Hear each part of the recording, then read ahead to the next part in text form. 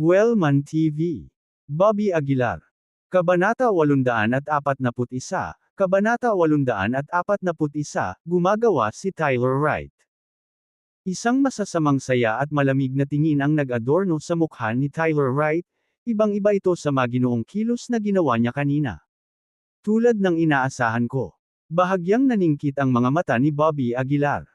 Tulad ng hinala ni Bobby, si Pierce Carroll ay talagang isang inimbitahan ni Tyler Wright. Bobby Aguilar, sarado na ang labasan ng Mystic Realm na ito. Manatili ka rito at hintayin ang iyong kamatayan. Natawa si Tyler Wright. Malamig na sagot ni Bobby, Tyler Wright, ang araw na tumuntong ako sa Marshall Saint Realm ay ang araw ng pagkamatay ng iyong Wright family. Hey, hindi ka magkakaroon ng pagkakataong iyon. Itinapon ni Tyler Wright ang mga salitang ito at naglakad palayo. Humakbang pasulong si Ricardo Bowman, Mr. Aguilar, mas mabuting huwag mo nang guluhin si Tyler Wright dito. Kung kinakailangan, humingi ng tawad sa kanya, pumayag sa anumang hilingin niya, at tumakas muna. Bahagyang yumuko si Bobby kay Ricardo, sinabing, salamat. Pagkasabi noon, nakahanap si Bobby ng pwesto sa plaza at umupo. Kinuha niya ang kanyang mga inihandang kayamanan at isang tanda mula sa kanyang special magic artifact.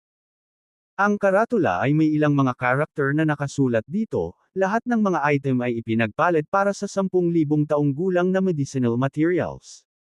Pagkatapos, bahagyang pumikit si Bobby.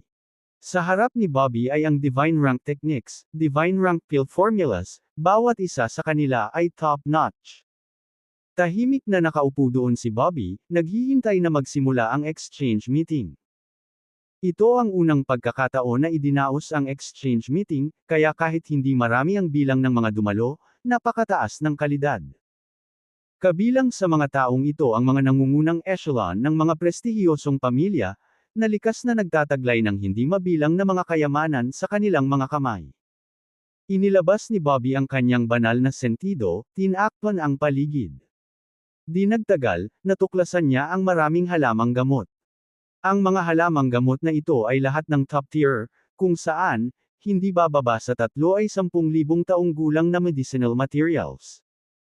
Kung makukuha niya ang 10,000 taong gulang na medicinal materials na ito, si Bobby ay maaaring direktang pumunta sa pag-iisa.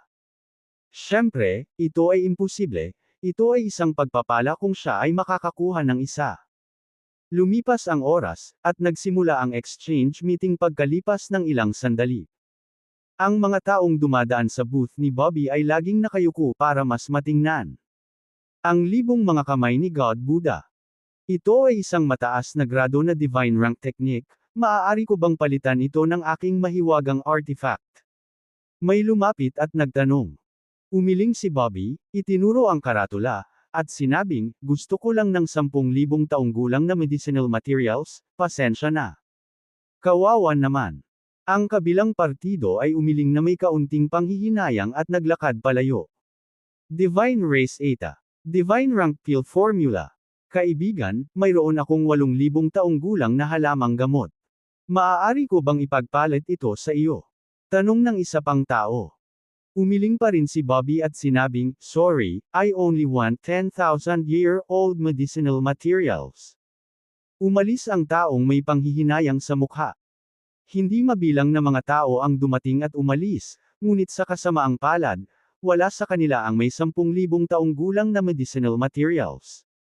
Sa isang kisap mata, 3 buong oras na ang lumipas. Malapit nang magtanghali pero wala pa ring napala si Bobby. Ngunit hindi siya nababalisa, pagkatapos ng lahat, ang pagkuha ng 10,000 taong gulang na medicinal materials ay hindi isang madaling gawain. Bobby Aguilar, bakit nahuhumaling ka sa 10,000 taong gulang na medicinal materials? Sa sandaling ito, dumating si Blaze Rhodes mula sa hindi masyadong kalayuan at umupo sa tabi ni Bobby. Ang mga halamang gamot sa loob ng 10,000 taon ay itinuturing na pinakamahalaga. Sa aming paglilinang, karamihan sa atin ay pipili ng 5,000 taong gulang na halamang gamot, na siyang pinaka-epektibo sa gastos. Sinulyapan ni Bobby si Blaze, casual na sumagot, marahil ay matigas ang ulo ko at may OCD. Siyempre, hindi iyon ang talagang naisip ni Bobby. Ang dahilan kung bakit hindi niya pinili ang 5,000 taong gulang na mga halamang gamot ay halos walang silbi ang mga ito para sa kanya. Ang kasalukuyan at tanging pagpipilian ni Bobby ay mga halamang gamot na mahigit 10,000 taong gulang. Mabilis na lumipas ang oras mula umaga hanggang hapon, ngunit sa kasamaang palad, wala pa ring palatandaan ng 10,000 taong gulang na medicinal materials. Sok, pati yung cosmic form inaalok. Sa sandaling ito, may umakbay. Pagtingin sa itaas, ang nagsasalita ay isang matandang lalaki.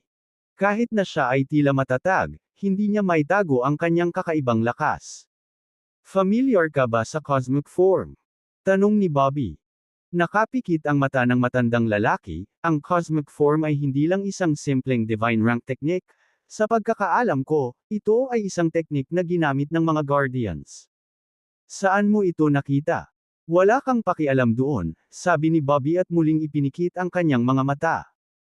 Ang matanda ay tumawa, alam mo ba na ang pagkakaroon ng cosmic form ay maaaring magdulot sa iyo ng kapahamakan? Sinulyapan ni Bobby ang matanda, at patagang sinabi, kung maglakas loob akong ilabas ito, hindi ako natatakot na ma-target. Ang daming usapan, isang dampi ng pagtataka ang bumalatay sa mukha ng matanda. Tumigil si Bobby para aliwin siya, at pumikit muli. Tumagal ng buong 3 araw ang exchange meeting na ito, kaya hindi nagmamadali si Bobby. Kung talagang hindi niya makuha ang 10,000-year-old medicinal materials, pwede lang sumuko si Bobby. Unti-unting nagdilim ang langit, at paunti-unti ang mga tao sa exchange meeting. Bahagyang napabuntong hininga si Bobby. Mukhang hindi posible ang pagkuha ng 10,000 taong gulang na medicinal materials ngayon. Nang akmang iimpake na ni Bobby ang kanyang booth at aalis, nagkaroon ng pagkakataon. Isang batang babae ang lumakad mula sa di kalayuan, matikas ang pananamit at makapidyo hiningang maganda. Dumiretso siya kay Bobby at tinitigan ang sign nito, bumubulong, gusto lang ng 10,000 taong gulang na medicinal materials. Pagkatapos ay tumingin siya kay Bobby at sinabing, maaari bang ipagpalit ang 10,000 taong gulang na medicinal materials para sa lahat ng nasa booth mo? Iminulat ni Bobby ang kanyang mga mata, at sinabing, kung mayroon ka nito, oo. Tinitigan ng batang babae ang mga gamit sa booth, bumubulong sa sarili, maraming bagay sa booth na ito, hindi dapat mawala sa akin ang isang 10,000 taong gulang na medicinal material. Sa pag-iisip nito, naglabas talaga siya ng Panax Ginseng mula sa kanyang special magic artifact at ibinigay ito kay Bobby. Gusto ko ang lahat ng mga bagay na ito. Excited na sabi ng dalaga. Tiningnang mabuti ni Bobby, at sigurado, ang hawak niya ay isang 10,000 taong gulang na medicinal material. Okay, sayo na ang lahat. Nagmamadaling inabot ni Bobby ang ginseng, balak niyang kunin. Ngunit sa pagkakataong ito, isang kamay ang nag-abot at humampas sa palso ni Bobby sa isang tabi. Pagtingala, malamig na nakatingin kay Bobby ang isang matandang lalaki. Kumunot ang noo ni Bobby at malamig na nagtanong, ano ang ibig mong sabihin? Walang ibig sabihin, ayoko lang na makita kang nanloloko ng tao. Ano naman? Malamig na tawa ang tugon ng matanda. Bago bumagsak ang kanyang mga salita, naglakad si Tyler Wright mula sa malayo. Young Master Wright. Nang makita si Tyler Wright, bahagyang yumuko ang matanda. Dumilim ang mukha ni Bobby at tinanong niya, Tyler Wright, siya ba ang lalaki mo? Ngumisi si Tyler Wright, Bobby Aguilar, hinayaan na lang kitang mabuhay ng isang araw, paano mo ako pinaplanong magpasalamat? Habang nagsasalita siya, may tumabi sa kanya na matanda. Nakatayo sa harapan niya ang dalawang matandang lalaki, na naglalabas ng nakakatakot na aura. Martial Saints.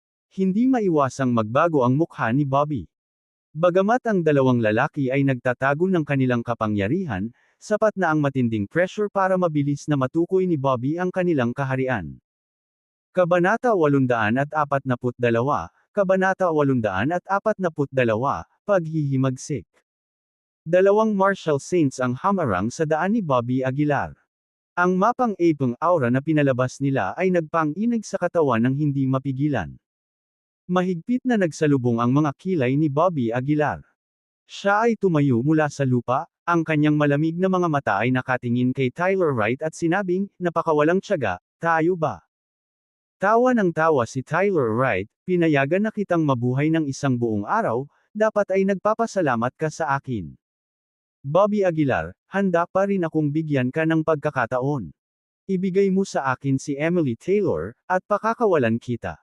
Walang ganang sabi ni Tyler Wright. Malamig na tugon ni Bobby Aguilar, sa tingin mo, posible ba iyon? Dumilim ang mukha ni Tyler Wright. Malamig niyang tugon, kung gayon, huwag mo akong sisihin sa pagiging walang awa. Papatayin muna kita, at pagkatapos ay hanapin siya ng dahan-dahan. Pagkasabi niyan, napaatras si Tyler Wright. Ikanaway niya ang kanyang kamay, senyales sa dalawang martial saint na kumilos. Tumigil ka. Sa sandaling iyon, sumugod si Daphne Green. Hinawakan niya ang braso ni Tyler Wright, kumunot ang kanyang mga kilay, at sinabing, Tyler Wright, kahit na hindi sumasang-ayon si Bobby Aguilar sa iyo, hindi ka dapat magkaroon ng intensyon na pumatay, hindi ba? Napatingin si Tyler Wright kay Daphne Green, at sinabing, Daphne, wala itong kinalaman sa iyo. Tumabi ka kaagad. Ngunit malamig na sumagot si Daphne Green, hindi ako sasang-ayon sa pag-atake mo kay Bobby Aguilar. Biglang nanlamig ang mukha ni Tyler Wright. Ilang araw mo lang nalaman itong Bobby Aguilar. Tatalikuran mo ba ako dahil sa kanya? Saway ni Tyler Wright. Umiling si Daphne, hindi ako para sa kanya, kundi para kay Emily Taylor. Unti-unti kong napagtanto na ang dahilan kung bakit mo ako nilapitan noong una ay para kay Emily Taylor, hindi ba? Bahagyang natigilan si Tyler Wright, bago siya tumawa, tama. Sasabihin ko sa iyo ang totoo, alam ko ang tungkol sa espesyal na bloodline ni Emily Taylor maraming taon na ang nakakaraan. Since nalaman mo, baka sabihin ko sa iyo lahat. Sa una, si Emily Taylor ang interesado ako. Minsan kung sinubukang habulin si Emily Taylor, iniisip kong dalhin siya sa Wright family sa ganitong paraan. Ngunit, sinong mag-aakala, hindi ito binili ni Emily Taylor. Sa halip, iniwan niya ako na duguan ng ilong. Sa puntong ito, napalitan ng sama ng loob ang mukha ni Tyler Wright. Kinagat niya ang kanyang mga ngipin at sinabing, ako, si Tyler Wright, ay may parehong katayuan at hitsura, ngunit minamaliit ako ni Emily Taylor, kaya nawalan ako ng mukha. Lagi kong iniingatan ang sama ng loob. Nang marinig ni Daphne ang kanyang mga sinabi, nagulat siya. Hindi siya makapaniwala na minsang sinubukan ni Tyler Wright na ituloy si Emily Taylor. Sino ang mag-aakala? Si Emily Taylor, na tinaguri ang Ice Mountain Beauty, ay mahuhulog talaga sa isang hindi kilalang batang taga-bayan, hahaha. Dahil sa galit, humagalpak ng tawa si Tyler Wright. Umaalingaw-ngaw ang boses niya sa paligid. Huminga ng malalim si Tyler Wright, pagkatapos ay ngumisi, syempre, hindi talaga ako sincere sa kanya, interesado lang ako sa bloodline niya. Kung hindi dahil sa takot kay Emperor Taylor, matagal ko na siyang pinilit na bumalik sa Mystic Realm. Ito ang dahilan kung bakit unti-unti akong lumapit sa iyo, sinusubukan kong makuha ang iyong tiwala, upang maalis si Emily Taylor. Namutla sa galit ang mukha ni Daphne Green. Sinaman niya ng tingin si Tyler Wright at pinagalitan, nakakasuklam ka talaga. Ngumisi si Tyler Wright, ang mga babae ay talagang mga babae. Lahat kayo ay nag-iisip tungkol sa emosyonal na kalokohan. Ang mga naghahangad ng magagandang tagumpay ay nagpahayag na ng kanilang mga damdamin sa Beyond the Ninth Cloud. Sa puntong ito, malamig na tiningnan ni Tyler Wright si Daphne Green, at sinabing, Daphne, tumabi ka kaagad. O huwag mo akong sisihin sa pagiging impolite. Mabilis ding tumaas ang aura ni Daphne Green. Malamig siyang tumingin kay Tyler Wright at naghamon, maaari mo ring subukan. Naghahanap ng kamatayan. Biglang nagalit si Tyler Wright. Inabot niya ang kanyang palad at sinalo si Daphne Green sa himpapawid. Hindi nagpakita ng takot si Daphne Green. Itinaas niya ang malajade niyang kamay at bahagyang hinarang ang galaw nito. Boom! Isang higanteng tunog ang umalangaw-ngaw. Ang nakakatakot na puwersa, kasama ang dalawa bilang sentro, ay kumalat sa mga ripples. Tulog, tulog, tutok. Sa sumunod na segundo, nakita si Tyler Wright na umatras ng ilang hakbang, at nagdura pa ng dugo mula sa kanyang bibig. Sa kabilang banda, nakatayo pa rin si Daphne Green, puno ng malamig na determinasyon ang kanyang maselang mukha. Namutla si Tyler Wright. He gritted his teeth, "Daphne, you dared to hurt me. Akala mo ba talaga hindi ako maglalakas loob na patayin ka? Sa tingin mo ba ikaw ang kapareha ko?" Si Daphne Green ay hindi natakot. Namula ang mukha ni Tyler Wright, at natahimik siya sandali. Si Bobby Aguilar, na nakatayo sa gilid, ay hindi maiwasang makaramdam ng kaunting pagkagulat sa kanyang puso. Bagamat iisa lang ang paghaharap ng dalawa, kitang-kita ang gap sa kanilang lakas. Ang lakas ni Daphne Green, tila, ay hindi mas mahina kaysa kay Dominic Taylor. Kayong dalawa, patayin si Bobby Aguilar ngayon na. Lumingon si Tyler Wright sa dalawang Marshall Saints. Pareho silang tumango, at tuloy-tuloy na naglakad patungo kay Bobby Aguilar. Sa harap ng mga Marshall Saints, not to mention Daphne Green, kahit si Bobby Aguilar ay walang kakayahang lumaban. Itinaas ng isa sa mga Marshall Saint ang kanyang palad, at isang nakakatakot na aura ang humarap. Sinubukan ni Daphne Green na kumilos, ngunit natagpuan ang kanyang katawan na nagyelo, hindi makagalaw. Si Bobby Aguilar ay nakadikit ang kanyang mga ngipin. Nagpakawala siya ng malakas na dagandong, ang gintong kamao ay sumambulat kaagad. Umuumbok ang mga ugat ni Bobby Aguilar, patuloy na umaatungal. Ang kanyang mabangis na kamao, na may dalang hindi magagapi na postura, ay marahas na binasag pasulong.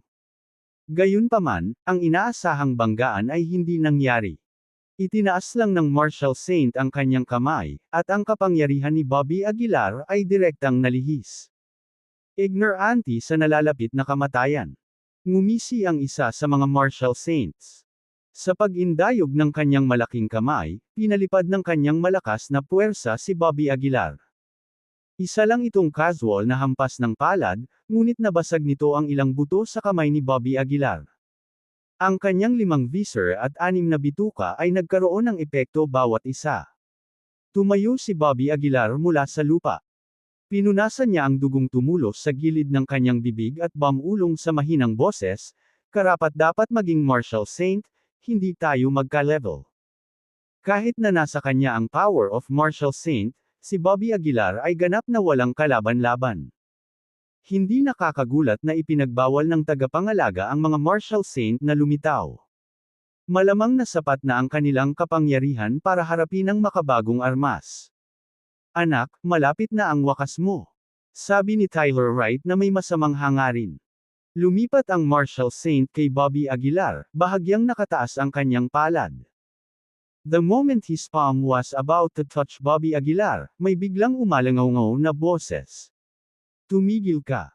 Matapos ang mahigpit na sigaw, nakita si Pierce Carroll na mabilis na naglakad. At nakatayo sa tabi niya ay may dalawang Marshall Saint din. Nang makita si Pierce Carroll, napakunot ang noo ni Tyler Wright. "Mr. Carroll, anong ibig mong sabihin?" Tanong ni Tyler Wright na nakakunot ang noo. Malumanay na sagot ni Pierce Carroll, "Tyler, tumigil na tayo dito. Hayaan mo na. Mr. Carroll, niloloko mo ba ako?" Malamig na sabi ni Tyler Wright. Tumawa si Pierce Carroll, "Inimbitahan ko si Bobby Aguilar. Siyempre, kailangan kong masiguro ang kaligtasan niya, Tyler, maintindihan." Nagsikip ang mga estudyante ni Tyler Wright, "Malamig ang mukha, Mr. Carroll, nakalimutan mo na ba ang kasunduan natin? Hinayaan kitang akitin siya para patayin siya." Kabanata 843-843. Si Pierce Carroll ay agad na nagkunwaring takot at sinabing, "Mr. Wright, kahit nakilala natin ang isa't isa, kung magsalita ka ng walang kaparekan, maaari pa rin kitang kasuhan ng paninirang puri." "Ikaw." Si Tyler Wright ay agad na nagalit. Pinandilatan niya si Pierce Carroll, malamig ang boses, "Mr. Carroll, hindi ka ba lumalampas sa iyong mga hangganan? Ano ang mali sa pagprotekta sa aking mga bisita?" Nagkunwaring inosente si Pierce Carroll. Sa sandaling ito, naiintindihan ni Tyler Wright. Malamig siyang tumawa, Pierce Carroll, anong bentahe ang iniaalok sa iyo ni Bobby Aguilar para maprotektahan mo siya ng buong team time? Advantage. Ginagawa ko lang ang trabaho ko. Nakangiting sagot ni Pierce Carroll. Natahimik sandali si Tyler Wright, malamig ang titig niya kay Pierce Carroll. Ilang sandali pa, huminga ng malalim si Tyler Wright at sinabing, Pierce Carroll, anuman ang ipinangako niya sa iyo, pagsisisihan mo ito. Hehe, talaga. Jonathan Wright, hindi mo kailangang mag-alala tungkol dyan. Malumanay na sagot ni Pierce Carroll sabay tawa. Dir-diretsyong naglakad si Tyler Wright kay Bobby Aguilar at sumirit, Bobby, napakaganda ng ginawa mong pag-ugoy kay Pierce Carroll. Minamaliit kita. Walang pakialam na sumagot si Bobby Aguilar, sa tingin mo hindi ko nakikita ang ganoong simpleng pamamaraan.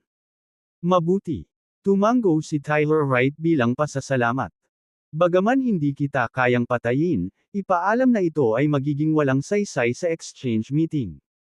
Titingnan natin ang tungkol dyan.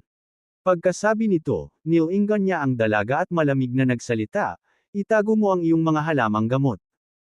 Huwag kang makipagpalit sa kanya, o paalisin kita sa exchange meeting. Hindi na naglakas loob na magsalita pa ang dalaga at marahang tumango. Nang makaalis si Tyler Wright, nilingan ni Bobby Aguilar si Pierce Carroll at sinabing, Salamat, Mr. Carroll. Sumagot si Pierce Carroll, walang ekspresyon, hindi na kailangang magpasalamat, tandaan mo lang ang ipinangako mo sa akin. Iniwan ang mga salitang ito, tumalikod si Pierce Carroll at umalis. Nang makaalis na siya, nagtatakang bamulong si Daphne Green, ano ang ipinangako mo sa kanya?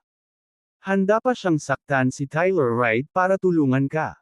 Si Bobby Aguilar, walang pag-aalinlangan sa kanyang tugon, ay nagsabi na may seryosong tono, si Pierce Carroll ay hindi rin mabuting tao. Tinitingnan din niya ang kadugo ni Emily Taylor. So ikaw. Bahagyang natigilan si Daphne Green. Pumayag akong bigyan siya ng pahiwatig ng bloodline ni Emily Taylor. Ikaw. Hindi mo talaga ibibigay sa kanya, di ba? Napalunok ng walang malay si Daphne Green. Ngumisi si Bobby Aguilar, syempre hindi. Ang sinumang nagnanais ng kadugo ni Emily Taylor ay kaaway ko, at lahat sila ay nararapat na mamatay. Dahil kaaway ko siya, nararapat siyang lokohin. Naiwang tulala si Daphne Green at natatawa sa sarili. Hindi niya akalain na malilinlang ni Bobby hindi lang si Tyler Wright kundi pati si Pierce Carroll. Miss Green, mangyaring ilihim ito, pakiusap ni Bobby Aguilar. Tumango si Daphne Green, syempre pananatilihin ko itong confidential, tandaan mo lang. Ang pananakot na ginawa ni Tyler Wright. Sinabi niya na wala kang makukuha sa exchange meeting. Given his powers, I believe hindi siya nagbibiro. Bumantong hininga si Bobby Aguilar, at idinagdag, malalaro ko lang sa tainga. Sa puntong ito, iminungkahi ni Daphne Green, paano ito? Ibigay mo sa akin ang iyong mga gamit, at tutulungan kita sa exchange meeting. Natuwa si Bobby Aguilar. Talagang magandang ideya iyon. Bagamat, sa likas na kainahinala, hindi napigilan ni Bobby Aguilar ang sarili na magtiwala sa kanya ng lubusan. Pagkatapos ng ilang pagmumuni-muni, nagdahilan si Bobby. Ibinahagi niya kahit ang panlilinlang ni Pierce Carroll kay Daphne Green. May iba pa ba siyang hindi mapagkakatiwalaan? Sige, kung gayon. Maraming salamat, Miss Green. Kung magtagumpay ka, lagi kong tatandaan ang iyong kabaitan. Sabi ni Bobby Aguilar, yumuko ng malalim. Hindi mo kailangang alalahanin iyon. Ginagawa ko ito para sa kapakanan ni Emily. Natatawang sagot ni Daphne Green. Agad namang binigay ni Bobby Aguilar ang lahat ng gamit niya kay Daphne Green. Sa puntong ito, si Bobby Aguilar ay walang ibang pagpipilian kundi ang umasa na darating si Daphne Green para sa kanya. Kinabukasan, bumalik si Bobby Aguilar sa exchange meeting. Gaya ng nakagawian, itinayo niya ang kanyang karatula at hinintay na dumating ang mga customer. Sa kasamaang palad, lumipas ang buong umaga nang walang sinumang bisita ang dumaan sa stall ni Bobby Aguilar. Sa sandaling iyon, lumapit si Tyler Wright mula sa malayo. Ngumisi siya, so, may dumating ba para makipagpalitan sa iyo? Sinulyapan siya ni Bobby Aguilar at malamig na sumagot, huwag kang masyadong magdiwang. Magbabayad ka sa panggugulo sa akin. Hahaha. Siguradong natututunan mo na ang halaga ng panggugulo sa akin ngayon, di ba? Kontra ni Tyler Wright. Nagpa siya si Bobby Aguilar na huwag pansinin siya. Inayos niya ang kanyang stall, tumalikod, at umalis sa lugar. Dahil walang dumating upang makipagpalitan, walang saysay na manatili si Bobby Aguilar. Lumabas siya ng palasyo. Ito ay isang inabandunang Mystic Realm. Bukod sa hindi kumpletong palasyo, ang natitira ay kaparangan. Pagpasok, napansin ni Bobby Aguilar ang kakaiba ng Mystic Realm. Ang buong Mystic Realm ay baog. Ang kakaibang amoy ay lubhang hindi komportable. Para sa mga martial artist sa antas ng marquee, kakaunti ang mga bagay na maaaring magdulot ng kakulangan sa ginhawa. Dahil ang pagsasanay ng marquee ay nagsasangkot ng pagsipsip ng chi, ang mga elementong nagdudulot ng kakulangan sa ginhawa ay kadalasang nauugnay sa madilim na enerhiya, ang kabaligtaran ng chi. Pinagmasdan ni Bobby Aguilar ang kanyang paligid at bamulong, ang mapanglo na eksenang ito ay dapat dahil sa impluwensya ng madilim na enerhiya. Gayunpaman, hindi nakita ni Bobby Aguilar ang isang bakas ng madilim na enerhiya sa paligid niya. Sumangot siya sa paligid, sinusubukang hanapin ang pinanggagalingan ng kakaibang amoy na ito. Sa kasamaang palad, ginugol ni Bobby Aguilar ang kalahating araw ngunit hindi pa rin mahanap ang pinagmulan ng amoy. Ang kakaibang amoy ay tila nagmula sa kung saan-saan nang walang nakikitang pinagmulan. Kakaiba, ungol ni Bobby Aguilar, malinaw sa boses niya ang hinala. Lumitaw siya sa hangin, nakatingin sa malawak na Mystic Realm. Kasabay nito, ipinikit niya ang kanyang mga mata at nagsimulang magdedos ng Heavenly Secrets. Kung ang dedusang Heavenly Secrets ay makakahanap ng mga lugar na mayaman sa chi, sa kabaligtaran, tiyak na mahahanap nito ang dark energy. Saan man umiiral ang madilim na enerhiya, tiyak na mahina ang chi, kung hindi wala. Sa makatuwid, sa pamamagitan ng paggamit ng dedusang Heavenly Secrets para matukoy ang mga lugar kung saan kakaunti ang chi, malamang na matukoy niya ang lokasyon ng dark energy. Tumayo si Bobby Aguilar na bahagyang nakapikit, naramdaman ang dakilang Dao.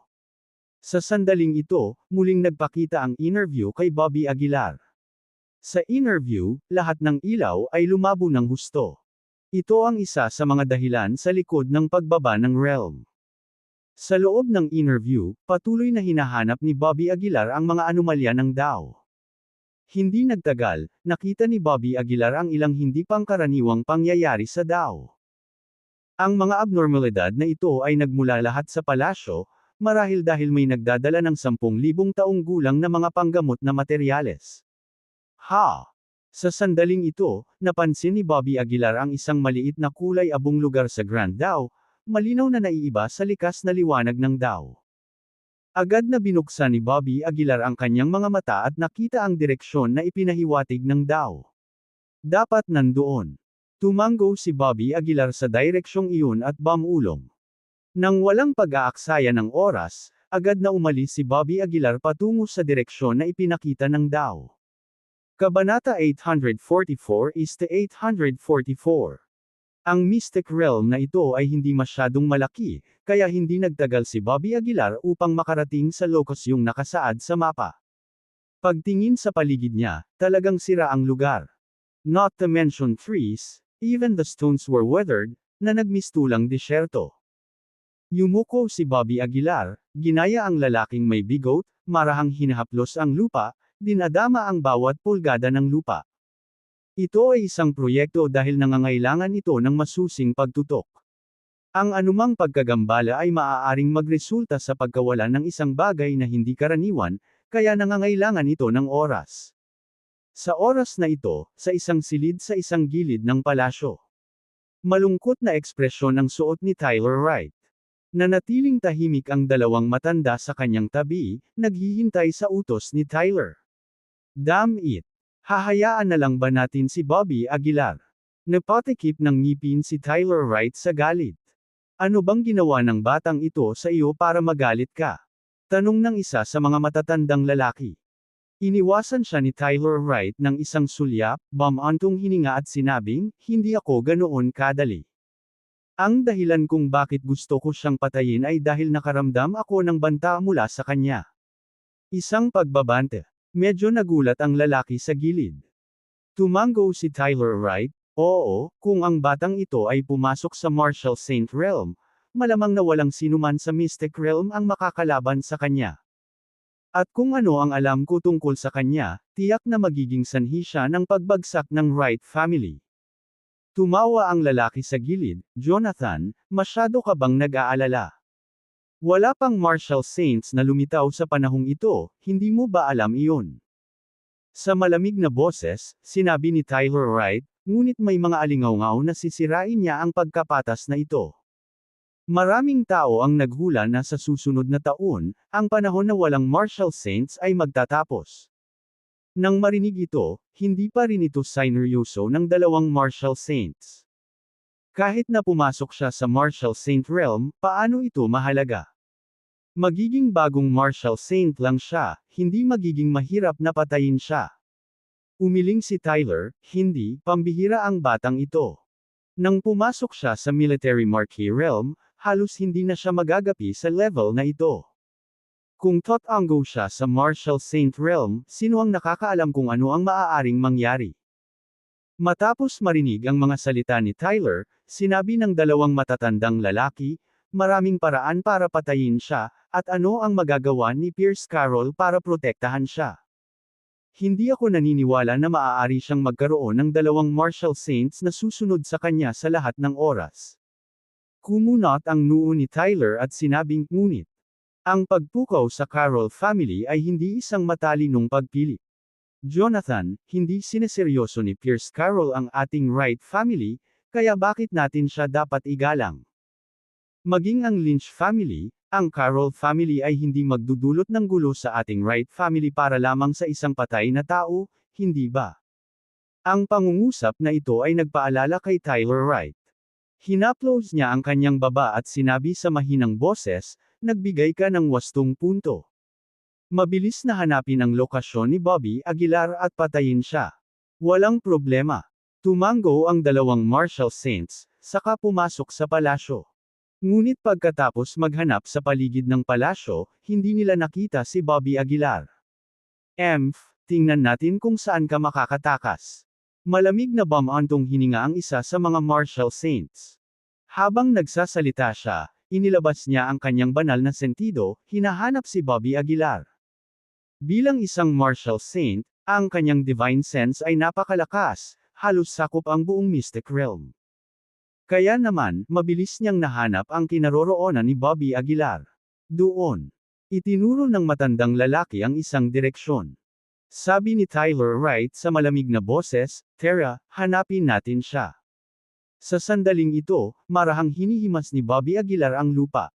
Bahagyang nakapikit ang kanyang mga mata, nararamdaman ang anumang abnormalidad sa bawat pulgada ng mundo. Lingid sa kanyang kaalaman, nalalapit na ang panganib. Hanim. Maya-maya lang ay tumaas ang kilay ni Bobby Aguilar. Nakaramdam ng lamig ang palad niya. Si Bobby Aguilar ay hindi masyadong nag-isip, nagmamadaling tumayo, kinuyam ang kanyang kamay sa isang kamao na nababalot ng golden light, at binasag ito sa lupa. Boom! Sa isang suntok na iyon, natapon ang alikabok sa paligid. Ang lupa ay drastically gumuho ng ilang pulgada. Isang napakalaking circular disc ang biglang lumitaw sa harap ni Bobby Aguilar. Ang disc na ito ay inukita ng masalimuot na mga pattern, at sa ibabaw nito, ilang piraso ng papel na kahawig ng mga selyo ang nakakabit. Ito ba ay isang selyo? Medyo nagulat si Bobby Aguilar. Ano ang eksaktong disk silang na ito? Maaaring ito ay ang madilim na enerhiya. Damn it, hindi ito maaaring nagsisil ng halimaw, di ba? Mahinang bumulong si Bobby Aguilar. Kung tinatakan nito ang isang guardian tulad ng dalawang bangkay ng lalaki, ito ay magiging isang problema. Sa oras na iyon, lahat ay malamang na mamatay dito. Damn it, whatever. Nagngangalit si Bobby Aguilar. Kung ano man iyon, tatanggalin niya lang muna. Bobby Aguilar, pumunta ka talaga dito. Sa sandaling ito, isang boses ang nagmula sa likuran ni Bobby Aguilar. Paglingon niya, nakita niya si Tyler Wright at dalawang Martial Saints na malamig na nakatingin sa kanya. Bumilis ang tibok ng puso ni Bobby Aguilar, nakaramdam ng masamang pakiramdam. Tyler Wright, para saan ka nandito? Sinubukan ni Bobby Aguilar na manatiling kalmado. Malamig na tumawa si Jonathan, ano, walang itinalaga si Pierce Carroll na sumunod sa iyo. Nanatiling tahimik si Bobby Aguilar, na nag-iingat sa kanyang mukha. Hahaha. Akala ko ba aalagaan ka talaga ni Pierce Carroll, so, nagpakita siya minsan at nawala. Tumawa si Tyler Wright. Sabi ni Bobby Aguilar sa malamig na boses, ano ang gusto mong gawin? Anong gusto naming gawin? Siyempre, gusto ka naming patayin. Sabi ni Tyler Wright na may malamig na ekspresyon. Agad na sumulong ang dalawang Marshall Saints patungo kay Bobby Aguilar. Ang puso ni Bobby Aguilar ay lumubog, ang kanyang mukha ay naging lubhang malungkot. Laban sa dalawang Marshall Saints, huwag na lang manalo, hindi man lang siya magkakaroon ng pagkakataong lumaban. Damn it! Nagmura si Bobby Aguilar sa ilalim ng kanyang hininga, ibinaling niya ang kanyang ulo upang tingnan ang disc. Ngayon pa lang, nag-aalala na si Bobby Aguilar kung anong halimaw ang maaaring masil sa disc. Ngayon gayunpaman, umaasa siyang mayroong ilang kakilakilabot na pag-iral sa loob nito. Sa pag-iisip nito, itinaas ni Bobby Aguilar ang kanyang kamao at malakas itong binasag sa disc. Boom! Sa strike, biglang pumutok ang circular dish. Kasunod nito, isang sinag ng liwanag ang bumungad sa langit mula sa pinggan, na umaaligid sa himpapawid. Sa mas malapit na inspection, ito ay isang butil na katulad ng isang gintong core, na nasuspine sa hangin. Sinamahan pa nito ang isang sliver ng dark energy. Damn it! Hindi naman ito halimaw kung tutuusin. Biglang sumama ang pakiramdam ni Bobby Aguilar. Naakit din si Tyler Wright sa butil, nalilitong tanong niya, ano ito? Jonathan, patayin muna natin ang batang ito, pagkatapos ay pag-aralan natin ito mamaya, mungkahi ng isang Marshall Saint. Good, tara na. Sabi ni Tyler Wright sa malamig na boses. Hindi na nag-aksaya pa ng oras, agad na sinugod ng Marshall Saint si Bobby Aguilar. Kabanata 845, Kabanata 845, ang pinigil na presensya. Ang aura ng Marshall Saint ay napakatindi, higit pa sa kayang hawakan ni Bobby Aguilar. Ngunit sa pagharap sa paparating na Marshall Saint, si Bobby Aguilar ay hindi na lamang maupo at maghintay sa kamatayan. Siya ay umungal, ang kanyang aura ay sumabog sa sukdulan sa isang iglap, at pagkatapos ay naghagis siya ng isang malakas na suntok, matapang na tumungo sa labanan. Boom! Parang gumuho agad ang eksena, diretsyong tumilapon ang katawan ni Bobby. Dugo ang lumabas sa kanyang bibig, habang ang kanyang laman ay umalis sa kanyang nagniningning na puting buto na nakalabas. Umikot-ikot si Bobby, tumalbog pabalik sa kanyang mga paa mula sa lupa. Sa pagtingin sa mga sugat sa kanyang katawan, hindi niya maiwasang sumimangot, karapat-dapat sa isang Marshall Saint, napakalakas. Hindi lang si Bobby ang natulala, dalawang Marshall Saint sa di kalayuan, pati na rin si Tyler Wright, ay dilat ang mata. Hindi pa talaga siya patay. Ang matandang lalaking umatake, hindi napigil ang manlaki ang mga mata. Sinabi ni Tyler Wright sa malalim na boses, kita mo, hindi simple ang batang ito. Nilabanan niya ang suntok ng isang Marshall Saint sa lakas ng isang military marquee realm. Talagang hindi ito isang bagay na kayang gawin ng isang ordinaryong marquee. Bahagyang tumango din ang matandang lalaki, talagang, batay dito, tiyak na karapat-dapat siyang mamatay. Malamig na tiningnan ni Bobby Aguilar ang dalawang Marshall Saints, lalong lumakas ang pag-aalala sa kanyang puso. Tumangala siya sa liwanag na nakasabit sa himpapawid at bahagyang kumunat ang noo. Ang liwanag ay tila naglalabas ng nakakapanghinayang aura. Mabilis na kumalat ang aura na ito, na agad na natakpan ang paligid. Hindi lang iyon, mabilis na kumakalat ang malamig na aura na iyon patungo sa paligid. Dark energy. Gumawa ng mabilis na paghatol si Bobby Aguilar. Ano ang tinataka ng disk ay maaaring ang madilim na enerhiya na ito. Ang lahat ng madilim na enerhiya ay natipon sa isang punto, at ngayon ay mabilis itong kumakalat. Madilim na puso. Napabuntong hininga si Bobby Aguilar, at biglang may naisip na termino. Noong binabasa niya ang Masked Woman's Martial Arts History in the Scripture Pavilion, nakita niya ang terminong ito. Sinabi na kapag ang lahat ng madilim na enerhiya ay natipon sa isang punto at nakondensed sa limitasyon nito, isang dark heart ay mabubuo.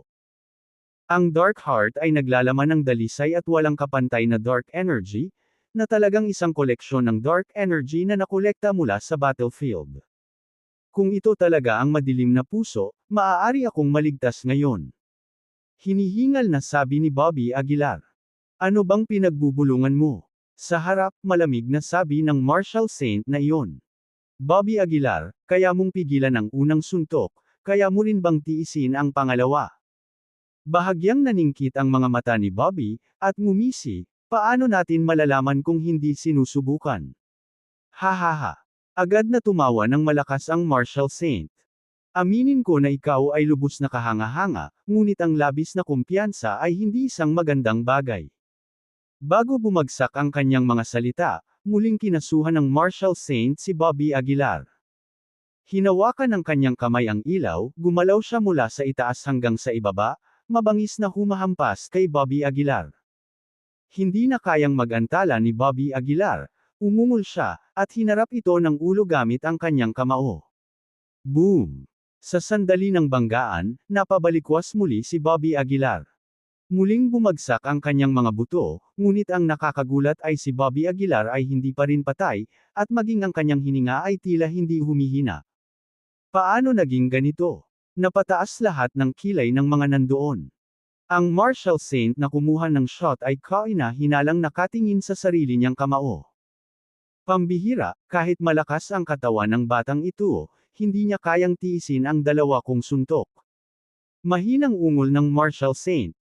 Umungol si Bobby, hindi pa ako patay, lumapit ka sa akin ulit. Mukhang nagalit ang Martial Saint sa poster ni Bobby. Malungkot ang kanyang mukha, at malamig niyang sinabi, nililigawan mo si kamatayan. Humakbang muli ang Martial Saint at naghagis ng isa pang suntok. Sa ilalim ng suntok na ito, umatras si Bobby Aguilar ng buong 8 hakbang. Ito ay walang alinlangan na lalong ikinagalit ng Martial Saint. Nang hindi nagsasalita, muli siyang sumuntok. Sa pagkakataong ito, 6 na hakbang lang umatras si Bobby Aguilar. Sa ikatlong suntok, umatras si Bobby Aguilar ng 4 na hakbang. Ang pang-apat na suntok, si Bobby Aguilar ay umatras lamang ng 2 hakbang. Ha. Hindi nito maiwasang mapatawa si Bobby Aguilar. Old thing, mukhang wala ka nang hihigit pa dyan, mukhang wala kang pagkakataong patayin ako ngayon. Tumawa ng malakas si Bobby Aguilar. Sobrang pangit na ng mukha ng Martial Saint na iyon, puno ng pawis ang noo, parang sabik na sabik. Paano naging napakalakas ng kanyang pisikal na katawan?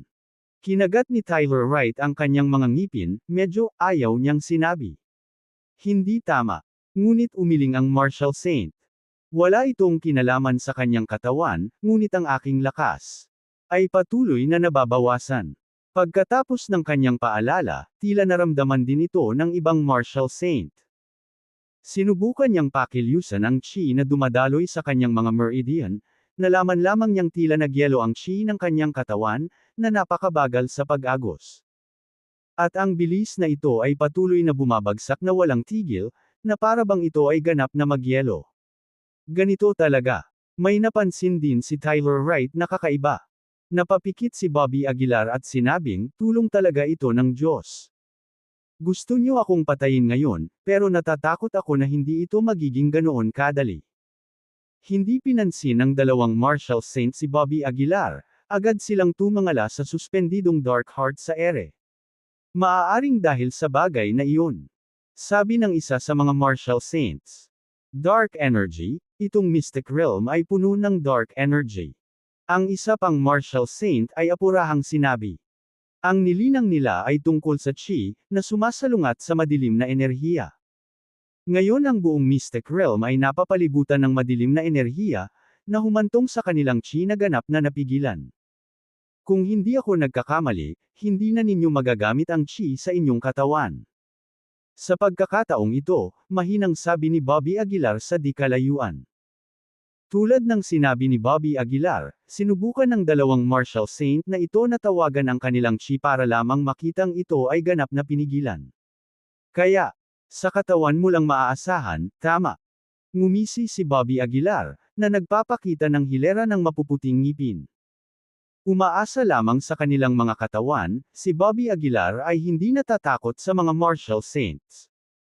Ang katawan ni Bobby ay hindi gaanong mababa sa martial saints. Hindi lang iyon, nagawa pa rin ni Bobby Aguilar na tawagan ang chi sa kanyang katawan. Bagamat medyo pinigilan din ang kanyang chi, hindi ito kasing matindi nang sa kanila. Ngayon, dapat ay akin na. Umirap si Bobby Aguilar at sinabing, "Anak, huwag kang masyadong mayabang. Kahit na umaasa lang tayo sa ating mga katawan, nasa martial saint realm tayo, hindi ito isang bagay na maihahambing mo, isang military marquee." Sigaw ng isang martial saint. Tumaas ang kilay ni Bobby at ngumisi, talaga. "Well, you guys just come and try." Mayabang. Ang isa sa mga martial saints ay umungal. Umaasa sa kanyang mabangis na katawan, ikinuyong niya ang kanyang mga kamao at sinugod si Bobby Aguilar. Si Bobby Aguilar ay lubos na walang takot, ang kanyang buong katawan ay nagliwanag ng gintong liwanag, ang kanyang kamao ay naglalaman ng isang hindi magagapi na kapangyarihan, at itinaas niya ang kanyang kamay upang salubungin ang pag-atake.